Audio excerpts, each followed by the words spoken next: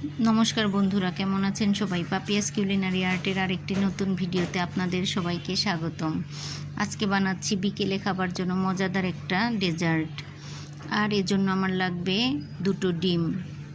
আসলে আপনারা একটা ডিম দিয়েও করতে পারেন, তবে আমি আজকে 2টো ডিমের পরিমাণে বানাবো।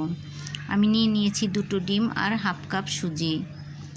এবার দিয়ে দিচ্ছি হাফ চামচ বেকিং পাউডার, দিয়ে দিচ্ছি 1 চামচ চিনি। আসলে চিনিটা দিলে পিঠাগুলো একটু মিষ্টি হবে এবং খেতে ভালো লাগবে। এবার আমি একটা হ্যান্ড বিটার দিয়ে বিট করে নিচ্ছি। আসলে খুব ভালো মতো মিক্স করে নিতে হবে, তাহলে এই পিঠাটার টেস্টটা পাওয়া যাবে এবং নরম তুলতুলে হবে, দুধেও ভালো ভিজবে। এবার আমার ফেটানোটা হয়ে গেছে এবং আমি একটু ঢেকে রেখে দিচ্ছি। আসলে আমি 15-20 মিনিটের জন্য রেখে দিচ্ছি। আর এদিকে আমি চিনিটাকে ক্যারামেল করে দুধটা জাল করে নিচ্ছি। এবার আমি দিয়ে দিয়েছি স্বাদ মতো চিনি, আর চিনিটা গলে যাওয়া পর্যন্ত অপেক্ষা করব। অবশ্য ক্যারামেল করে না দিলেও হবে, তবে ক্যারামেল করে দিলে কালারটা খুব সুন্দর আসবে এবং খেতে ভালো লাগবে, দেখতেও ভালো লাগবে। চিনিটা ক্যারামেল হয়ে গেছে, এবার আমি দুধটা ঢেলে দিচ্ছি। আমি এখানে হাফ কেজির বেশি দুধ নিয়েছিলাম, জাল করে অনেকটাই কমিয়ে নিয়েছি। এবার ক্যারামেলের দুধটা ঢেলে দিলাম।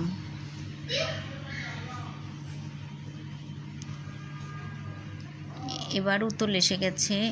এবার আমি দুধটা রেখে দেব পাশের চুলায়, আর এই চুলায় আমি পিঠাগুলো ভেজে নিব।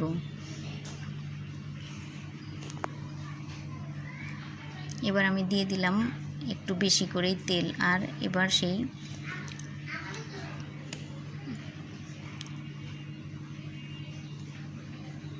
ডোটা আমি রেখে দিয়েছিলাম। এবার আমি পিঠাগুলো ভেজে নেব।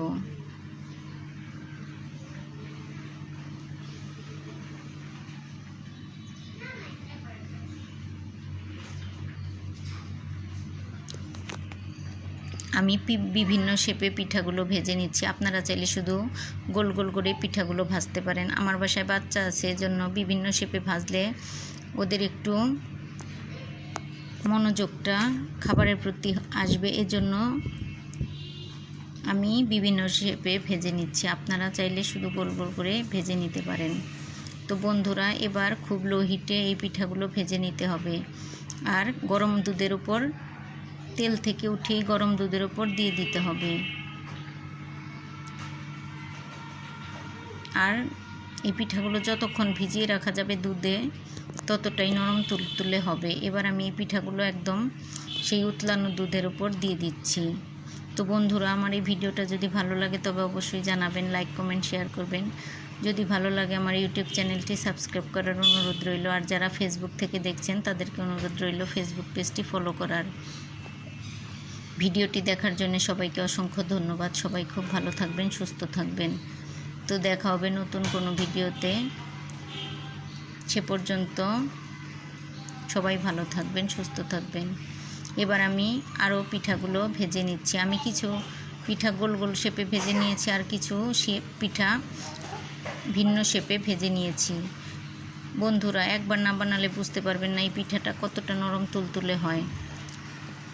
পিঠাগুলো দেবার পরেই অনেকটাই বড় হয়ে গিয়েছে। আমি পিঠাগুলো খুব একটা বড় করে ভাজিনি, তবে দুধে দেবার পর পিঠাগুলো আস্তে আস্তে দুধটা খাবার পর অনেকটাই বড় হয়ে গিয়েছে।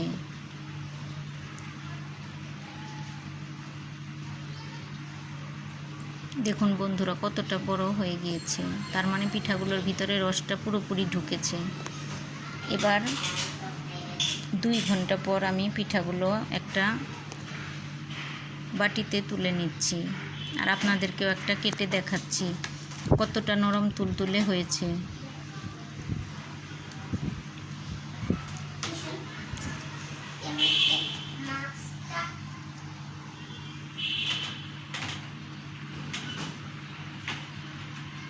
দেখুন বন্ধুরা, কতটা নরম তুলতুলে হয়েছে। আর মজাদার এই ডেজার্টটি একবার অবশ্যই বাসায় বানিয়ে খেয়ে দেখবেন, দারুণ হয়েছিল।